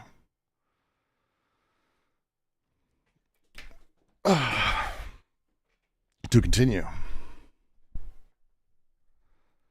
Thus, the link between representation belief and the family is not accidental. It is of the essence of representation to be a familial representation. But production is not thereby suppressed. It continues to rumble, to throb beneath the representative agency, instance representative, that suffocates it, that it in return can make resonate to the breaking point. Thus, in order to keep an effective grip on the zones of production, representation must inflate itself with all the power of the myth and tragedy. It must give a mythic and tragic representation of the family and a familial presentation of myth and tragedy. Yet aren't myth and tragedy two productions, forms of production? Certainly not. They are production only when brought into connection with real social production, real desiring production. Otherwise, they are ideological forms, which have taken the place of the units of production. Who believes in all this? Oedipus, castration, etc.? The Greeks? Then the Greeks did not produce in the same way they believed. The Hellenists? Do the Hellenists believe that the Greeks produced according to their beliefs? This is true at least of the 19th century Hellenists, about whom Engels said, "You'd think they really believed in all that, in myth and tragedy." Is it the unconscious that represents itself through Oedipus and castration, or is it the psychoanalyst in us all who represents the unconscious in this way? For never has Engels' remark regained so much meaning. You'd think the psychoanalysts really believed in all this, in myth, in tragedy. They go on believing, whereas the Hellenists have long since stopped. Where do I go with this one? This is a...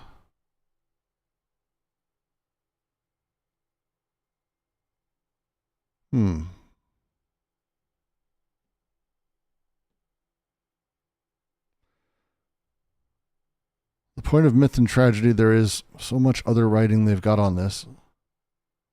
But I'm trying to think, the next paragraph does such a good job of explaining it, I feel stupid if I go into it now.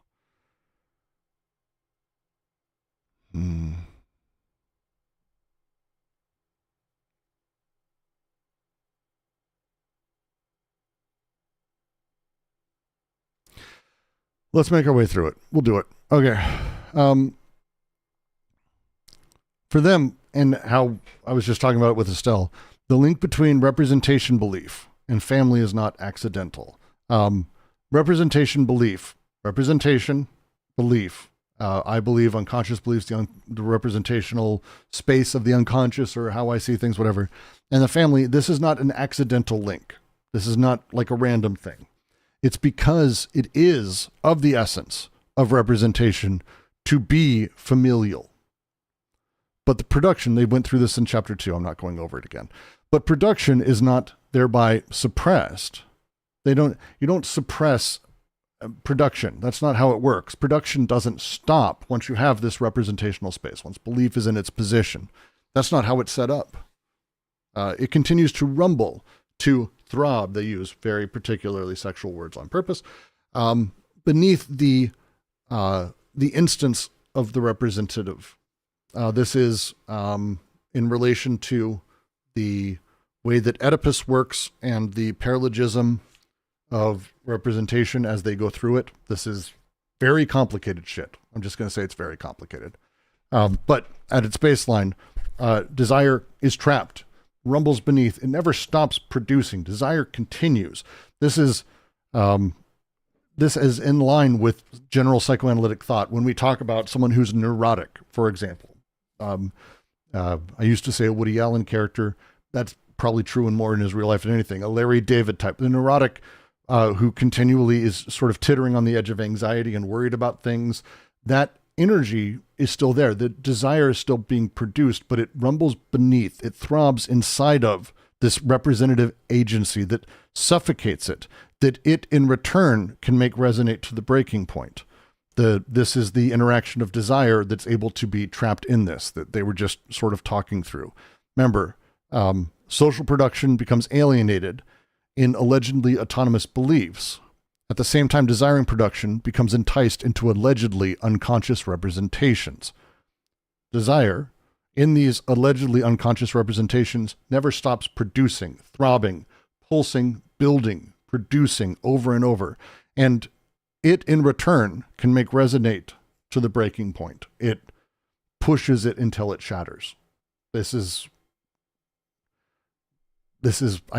neurotic behavior, anxiety, perversion, a whole bunch of different things sort of fall into this. But this is that thing, the representative space inside of us. In order to keep an effective grip on the zones of production, representation must inflate itself with all the power of myth and tragedy. It must give a mythic and tragic presentation of the family and a familiar presentation of myth and tragedy. In order to maintain this space, it needs power. Power doesn't come from desire for it, though. That's not how it gets sort of trapped in these things. Myth does this. Tragedy does this. Stories, narrative devices do this. The hero's journey is a great one. Noah, yes. But this thing that's happening here, the big deal is that it has mythic and tragic representations of everything, including the family. So there's a thing to fear, a thing to worry, a thing to invest, a thing to be proud of, a thing to believe are grand or great or noble or blah, blah, blah. That thing. But even that itself, as they say, aren't myth and tragedy two productions or forms of production? No. Nope.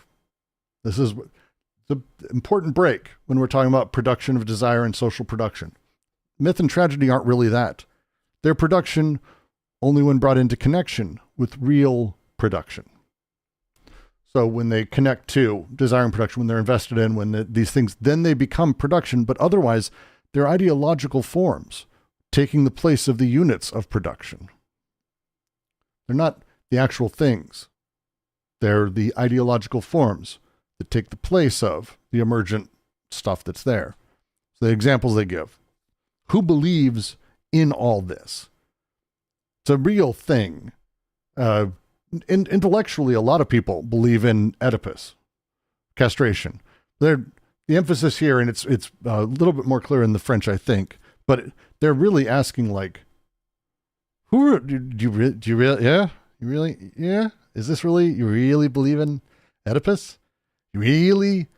No, I mean, it's a good social it's a good social construct or a way to represent what we're talking about, but I don't know if it's Oedipus. Like, who really believes in everyone is castrated or not? Like, no one who believes this shit. That's it. Who fucking really believes this shit? No. Was it the Greeks? Then the Greeks didn't produce in the same way they believed, because they didn't produce then in the same way they believed. Tom McCowan, maybe. Does he really believe it though? Or does he just talk about it in terms of it being the good social construct? Zizek, does he really believe in castration as a thing? Does he believe it in terms of like, does he feel it? Is that what's going on? Or is it that he kind of believes it? Huh? But then, wait, if it's really a belief, then it's produced in, as they say, not the same way as the belief. They've been produced differently in that. The Hellenists is a whole other thing. We went into a rabbit hole last time. I'm going to skip past it. Do the Hellenists believe the Greeks produced according to their beliefs? That's true of the 19th century Hellenists, whom Engels said you'd think they really believed in this, in myth and in tragedy. It's a great Engels line. These people write about it. You'd think they really believed in these myths, that they really believed the gods were in these positions, or that really these things really happen or really are setting up. No one believes this shit, right? Do they really believe in it? No. Or is it the psychoanalyst? I love this line. The psychoanalyst in us all, who represents the unconscious in this way. For never has Engels' remark regained so much meaning. You'd think the psychoanalysts really believed in all this, in myth and in tragedy. They ostensibly claim it quite often. Do they really believe it? But then they produce differently than they believe. That's weird. So do they really believe it, or do they talk about it because it's the way that they speak? this is where you start getting into the fun discussion. It's a great specific, and we're just going to go straight into Schreber because this is where the next paragraph is going to go into an example of this where they kind of shit on Freud. And it's always fun to shit on Freud, and Schreber and the cellular butthole is a great example. So it's really fun to sort of talk about Schreber's horrifying father. On that note, I'm actually going to, one sec. I want to just, while we're here, for those of you who haven't seen, poor Judge Schreber and his fucking psychotic asshole father. So genuinely one of the sort of, I mean, I say worst people a lot because it's just such an easy thing to say. But I will tell you right now, Schreber's dad was a gigantic piece of shit. One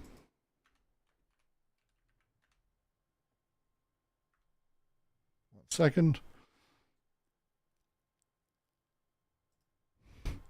There, I'll post it in the Discord and then I'll share it at some point. Schreber's dad, and it's important to sort of specifically just talk about this one thing he did. We'll switch over to web. Nope, that didn't work. That's nice. We'll go ahead and do up. So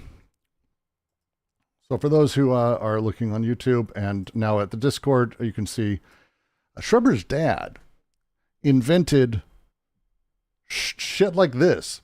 This is a brace for children to give them proper sitting etiquette and straighten their spines. This is one example of shit he built. One example. It's literal strap that's attached to the chair behind you that you wrap around the child's head, or a body brace that keeps their head straight so that way they have proper posture. Because posture is the thing that matters to this fucking psychotic. And then one sec, none of this is fucking Schreber. God damn it. Let's see.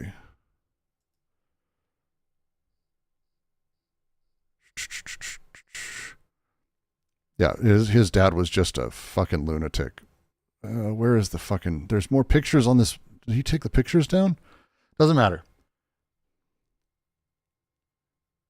He did this. He had a special bed that you would tie a child down so that way they couldn't quite reach their erogenous zones while they slept on their back.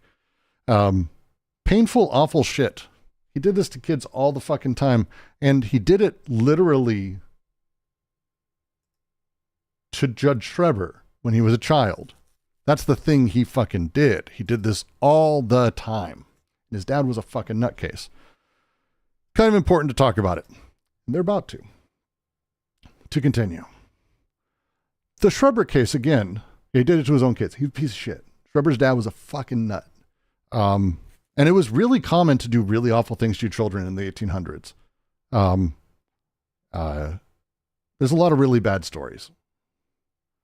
To never count on tech bros to improve society. That is tech bros aren't new, it turns out. Yeah. The Schreber case, again, applies.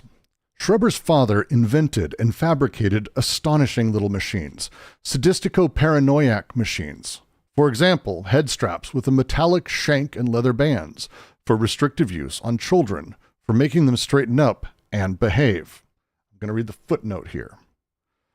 Nederland discovered and reproduced Schreber's father's machines. You can see this. We had this. This was in a magazine journal. We have it in the server somewhere.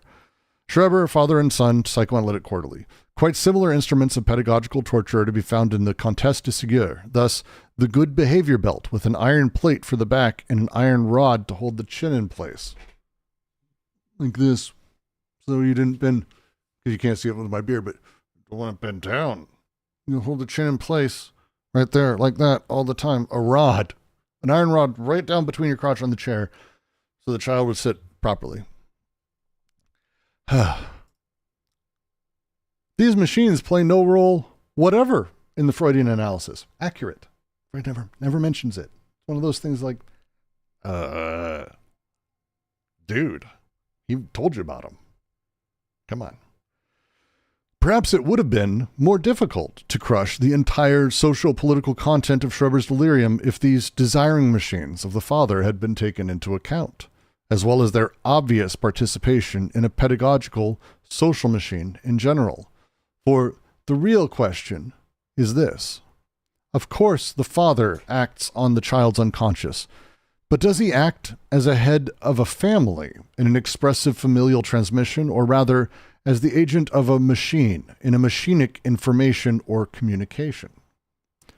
Schreber's desiring machines communicate with those of his father, but it is in this very way that they are from early childhood the libidinal investment of a social field. In this field, the father has a role only as an agent of production and anti-production. Freud, on the contrary, chooses the first path. It is not the father who indicates the action of machines, but just the opposite. Thereafter, there is no longer even any reason for considering machines, whether as desiring machines or as social machines. In return, the father will be inflated with all the, quote, forces of myth and religion, and with phylogenesis, so as to ensure that the little familial representation has the appearance of being coextensive with the field of delirium. The production couple, the desiring machines, and the social field gives way to a representative couple of an entirely different nature, family myth. Once again, have you ever seen a child at play? How he already populates the technical social machines with his own desiring machines? Oh, sexuality.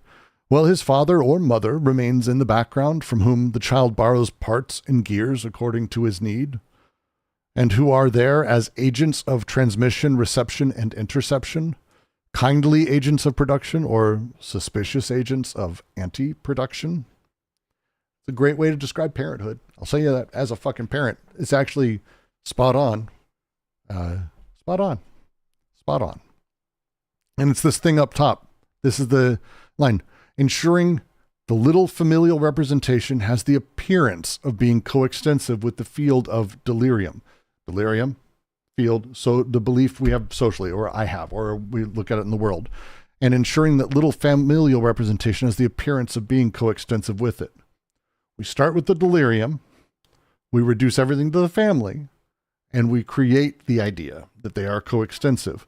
All of this couple of production, this coupling, is family myth.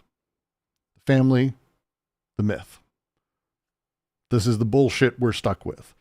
Underneath, desiring production, social production, coupling, pulsing around in the background, malformed, fucked up, broken up. Bad day. Bad fucking day, to say the least. Bad fucking day. A lot of really good lines in here. But it's that thing, again, it's important to understand, and it's a thing to really, it's why I do recommend people spend time with Freud to understand how much of the popular culture or the way that we tend to exist, and I'm in the West, so I'm going to speak from a Western perspective. This is more global than I think we want to talk about, but how important we see or how we develop that myth, family myth combination, and how these things are sort of developed.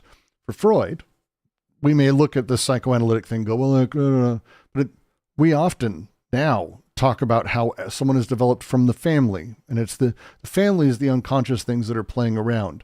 Again, you'll see people literally say this of Trump today, or they make jokes about this shit of everyone. Like these are the ongoing jokes that pseudo lefties make. Everything is about mommy, daddy, me. Mommy didn't love you enough. Daddy did this, blah, blah, blah. It's a whole thing. It's a whole thing that this is how they talk about it. Elon and his parents and his Oedipal issues and all of this. It's like everything gets reduced to that's the drives. And then we have the mythic belief that is the sort of substance of how it plays out. And this combination, we believe in these myths because of this familial organization. This is We have this ideological mythic investment because of these familial coordinates that we exist within. And that's everything. That's not it. It's not it. All of this, the family is the reason we have sexual repression, because necessarily things get turned into the family. Are you more mommy or daddy? Do you want two mummies, two daddies? Well, what if mommy and daddy aren't really mommy and daddy in the traditional sense? What if I know gay couples who have more traditional sexual roles than my wife and I. It's a thing. It's a real thing. People are fascinating and multifaceted and complex, but they do like to really remove themselves into these very particular coordinates. And then on the other side, we talk about ideology and mythic and all this delirium of beliefs that people believe in because of those. But these are the things that we end with. And so we're tasting the bread and presuming it was made of bread, not even flour. We're not even doing the Marx thing. We're not even doing that sort of thing. And so it's this really fascinating interplay, and underneath it, desiring production, trying to go. And we can look at children. They use the example. And again, Schreber's father being a great example is Schreber's father, he doesn't just have daddy issues. That's a fucking insanely simplistic shit way to talk about this. That's, I'm going to overstate what they're not doing because they're being clever, smart French philosopher types. For Freud to talk to Schreber, to know about 100%, know about his dad and the fucking wacky devices he put his son and put other children into and he built for children, to not have that matter. Instead, it's just his father. You didn't get along with him. Is fucking disgusting and insane, like, to leave that out. But it's because this belief of the coordinate of father, the symbol of father, the position the father holds, the literal person almost doesn't matter. Really doesn't matter. This is when we talk about the king, or we talk about the despot in chapter 3. It's why it's very important for us to realize we're not talking about a king. Today, from our subjectivity and how we understand the world, it's very, very difficult, if not impossible, for us to understand a subjectivity that simply understands the position, the purely symbolic position of king, leader, god, pharaoh, despot, as being the thing, instead of Gaddafi, Saddam, Bush, fucking Trump as a dictator. Those are people filling a position. The position is the thing. And the position is the thing that matters for daddy, mommy, me. Understanding my position against those and being triangulated. The symbolic representation, the analogy that's enabled by this allows it to be placed out. This is why analogy is shitty to do. It's mommy, daddy, me. I have a good relationship with my father, who's he was the authoritarian in our household. Boy, I got in trouble, and mom would say, wait till your father get home.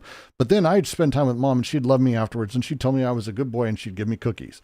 That thing as like a setup. And that's why I get along with my boss very well, and I know exactly what to do. And I have my own wife now. And that's nice. And I get to have a nice family and kids, and I get to teach them really what life should be like. And but it's the positions that matter, not the person. The person's irrelevant to it. For Freud, Schreber's father was irrelevant. His father was a psychotic fucking asshole. Didn't even matter.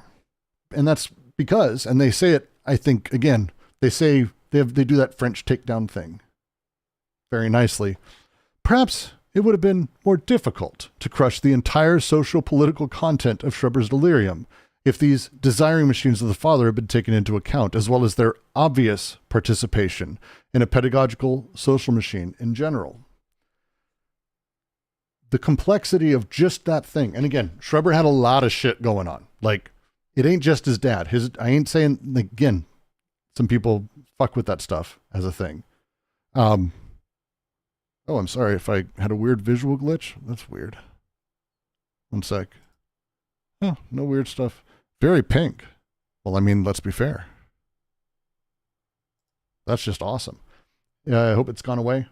Sorry, I'm having an issue on YouTube. Oh, good. I'll go back. Someone go back and screenshot it. That works great. But the thing is, we're not talking about like his dad as being the thing. And so his relationship with his dad because of this. No. Father as an agent of social production interacting with a child versus mommy, daddy, me is two very different ways to consider children. One is considering the family as the archetype and the symbolic itself, where it's my relationship with mom and dad, no matter who they may be or how they interact or what is happening in the social world, is mostly irrelevant, that I need to right myself with them. This is general psychoanalytic thought. But that means that we would have to take all of what his dad did to him, like specifically, but also not just that. It's that his dad made these machines, that his dad did it in service of teaching children, ostensibly a positive helping people thing. Like, take all of that along with all the other shit and realize there's this subject in the middle being formed out of all of the desiring machines that are producing it. And out comes this produced child who's completely fucked up sexually, repressively, and dealing with a huge amount of issues. Schreber had a lot of issues. That's the thing. All of that you can't crush. Once you start talking about these other things that influenced him, it becomes very difficult to crush the entire social-political content of Schreber's delirium into, oh, your father, you and your father, it's a problem. Yes. Yes. That thing. So that's the question. Of course, the father acts on a child's unconscious. They're not saying otherwise. It is fucking stupid to say otherwise. Of course, the father and mother, everyone around a child acts on their unconscious. But the question is how? Is it as the head of a family in an expressive familial transmission, Freud, or as the agent of a machine in a machinic information or communication? That's the question. And their answer, I mean, they give a couple right here, but I think the answer for me is in this last bit. Have you ever seen a child at play? How he already populates the technical social machines with his own desiring machines? If you haven't been around kids who aren't treated like shit from when they're very young, and this, because this breaks down in extremely conservative households, not as much early on, you still see it, but later on,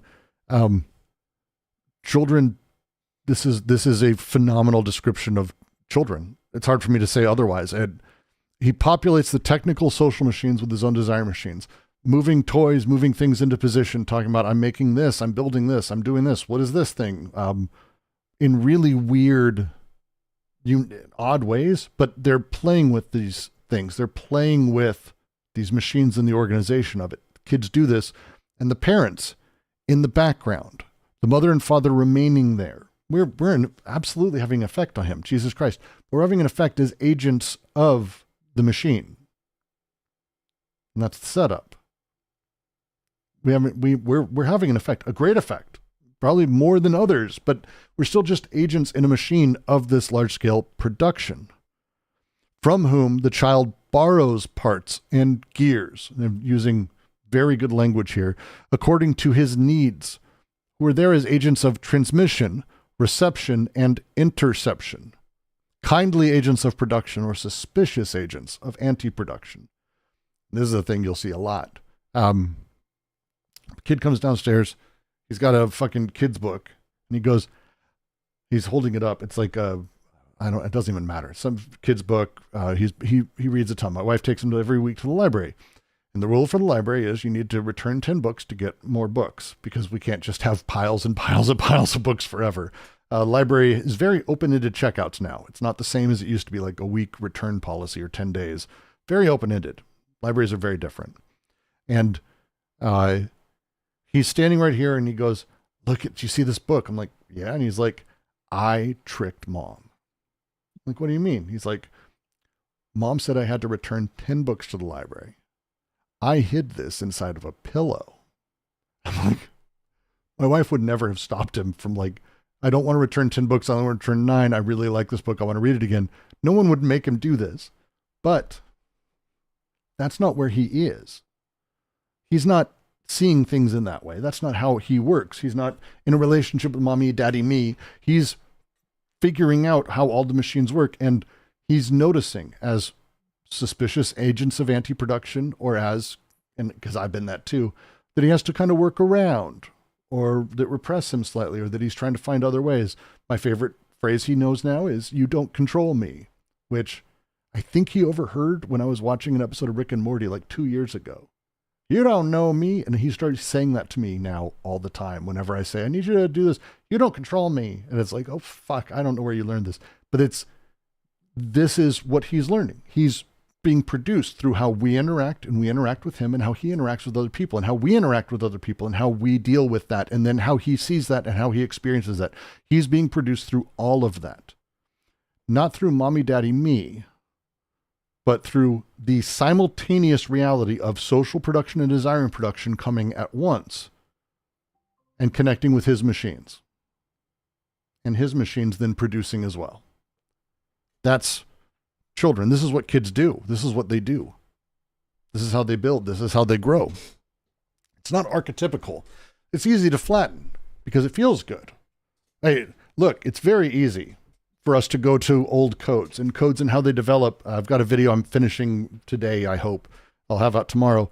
If you go through the anthropological, structural anthropology, and how codes are developed inside of uncontacted tribes or prehistorical tribes, and how those develop through time, they're really fascinating. Godelier is who I tend to recommend. You read on this.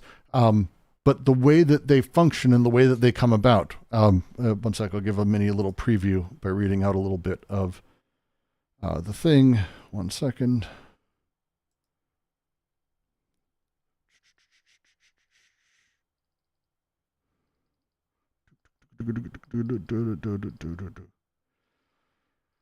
One sec, I have too many fucking notes. Because the production of salt is, I think, one of my favorite things, because Strauss goes through it, but I think, again, I much, much, much prefer Godelier's take on the entire thing. 1 second, 2 seconds, sorry, I promise this is actually worthwhile. Okay. For Strauss, codes arose through binary interactions and a choice, a forced choice of binary choices. Salt, for example, and he talked about this as being a thing that it was used as preservative versus allowing decay. One was valued, one was not. Pure versus impure. Salt came about that way. It is a symbolic system that does this, that we think about it this way. When we say, oh, they preferred preservatives, they preferred the purity of preserved meat versus the rotting flesh of the other. These are symbolic realities. This is how Strauss talked about salt. These are like symbolic elements. When Godelier studied salt production among the Baryu of New Guinea, which he does a Metamorphosis of Kinship, and then in his book on Strauss, fucking beast, he goes through it again. But for him, it was more complex. The Baryuya made salt by burning specific plants, extracting minerals from the ash. That's simple enough. And this is where Strauss starts to crack. The men didn't control salt because of some pre-existing symbolic code about purity or gender. This is how Strauss saw it. Instead, they controlled it because salt was valuable for trade. The economic reality of the Baryuya came first. The code followed. So you tend to talk about these things, about how they come about. They develop as specific material practices. You burn plants for salt. The salt becomes valuable in trade networks. But already the social historical reality of trade networks is that men who control trade seize that production. It was women who originally did this, and men controlled when they did this. Only then did salt making itself become coded as man knowledge. It did. It got men's knowledge. Think of the way that computers are seen as men's work. That's not. When computers first came on the scene, they were secretaries' work, seen as women's work. It was secretarial. It was detail-oriented as a thing. And that play as a thing worked. until it became valuable to be good at computers. And so Mead took that system of production. It's not that it was coded as like, oh, computers, difficult logic. This is how people talk about it now. It's logical work. That's for men. Women are too emotional because they bleed all over their computers once a month. That's how they talk about it now, but it's not the reality of it. The reality of it is only after it already joined a thing that was in place, the economic realities of the trade world. But once that happens, you're able to pick out these binaries pretty cleanly. The work is men's work because it's complex, requires logic and math, which when it's secretarial work, because it's menial, it's not valuable, it's seen as women's work. But we can elevate it, add the symbolic, add the allegory, analogy side to the entire thing. And after that symbolic layer wraps it, it becomes part of the power structure. This is Godelier's critique of anthropology through Strauss, who he studied under and was a like star pupil. Brilliant. But this is also what D&G are doing with all of this. Everything. Instead of saying, look, it's mommy, daddy, we see after the fact, we look back and we go, oh, look, you didn't get along with your dad. That's why you're having trouble with your boss. This is shit people do. And so we have, oh, look, you need a strong male because you're such a pussy. You need a strong male to be in charge of being a president. Same shit. Or the fact that they go, we do need a strong dad. We need a strong man in charge because of the same exact thing. That's why we don't have people fighting against each other. We have people fighting, pushing everyone in the same fucking shitty direction. This is after the fact, applying symbolic binary elements to things that existed socially and historically and were emergent from that and emergent from this process that we now confuse as being the symbolic because it's crushing all of it, simplifies it, makes it easier for us to talk about, but also allows those structures to continue because of the psychoanalyst in us all, as he phrases.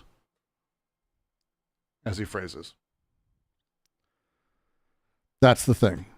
And so when we talk about it at the very end here, well, the father and mother remains in the background, from whom the child borrows parts and gears according to his need, and who are there as agents of transmission, reception, and interception, kindly agents of production or suspicious agents of anti-production. They're emergent in time, space, history, political, social, all of that. And they make their way through. Kids don't develop an ideological stance early on. They're taking parts and pieces, making the world work from all the parts and pieces that mom and dad have the ability to get them. And I only have the pieces my parents and my world materially allowed me to have. And my wife the same. All of you, by the way, you're not unique in this. Same thing. We have the pieces and parts and machinery that we were able to put together in the way that the agents around us enabled production and anti-production, and we carry forth as such. But we simplify because it feels so much easier than than having to deal with the complexities. Because again, as soon as you start doing that, your subjectivity, your ego starts falling apart. And it's like, oh, I'm not actually making choices. Oh, I didn't actually do this great thing that I'm being lauded for. I'm not actually that special. That's a problem for a lot of these fucking people. So anything we can do to keep existing. Anything we can do. That is 2 hours. As much as I would love to continue, I have a work shite to get to in the real world. But if you like what I do and you'd like for this to become more of a thing that I can say, hey, I've got work shit to do. It's called More Anti-Oedipus, or other readings or other streams. We've got a handful of other people who are going to be doing more readings. We have I think Noah's going to be coming on and doing what I'm really excited about. And I'll let Noah announce it, but it plays with law and how law functions today and how it might function elsewhere. Really fun experimental sort of philosophy spaces. We've got a lot more of those coming. If you like what we're doing, please do. Super chat, become a member, easiest ways. Or of course, Patreon is the best, patreon.com/DGQC. All of that goes to just keeping all this running. And the best thing would be you yourself joining us and saying hello and pushing the conversation forward. Discord.com/DGQC. We love having you. No matter what you may think you believe, we love having you because we are all just a bunch of machines helping each other through this shit. But with that, I've got to go, and I love all of you. And it was pretty solid time. Thank you for the reading, and thanks for joining. later tonight, I will be streaming again. If you want to join in on the Do Not Think About Elephant stream, it'll be super, super fun. And I'm pretty much jazzed about all of that shit. So let me know. I'll talk to you all soon enough.